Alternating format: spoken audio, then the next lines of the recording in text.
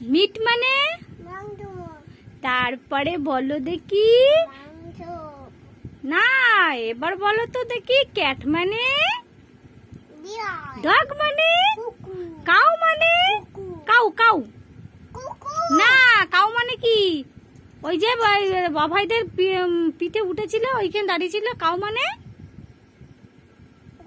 হ্যাঁ। গোট মানে হেন মানে ডাক মানে তারপরে ডিয়ার মানে টাইগার মানে এলিফ্যান্ট মানে হর্স মানে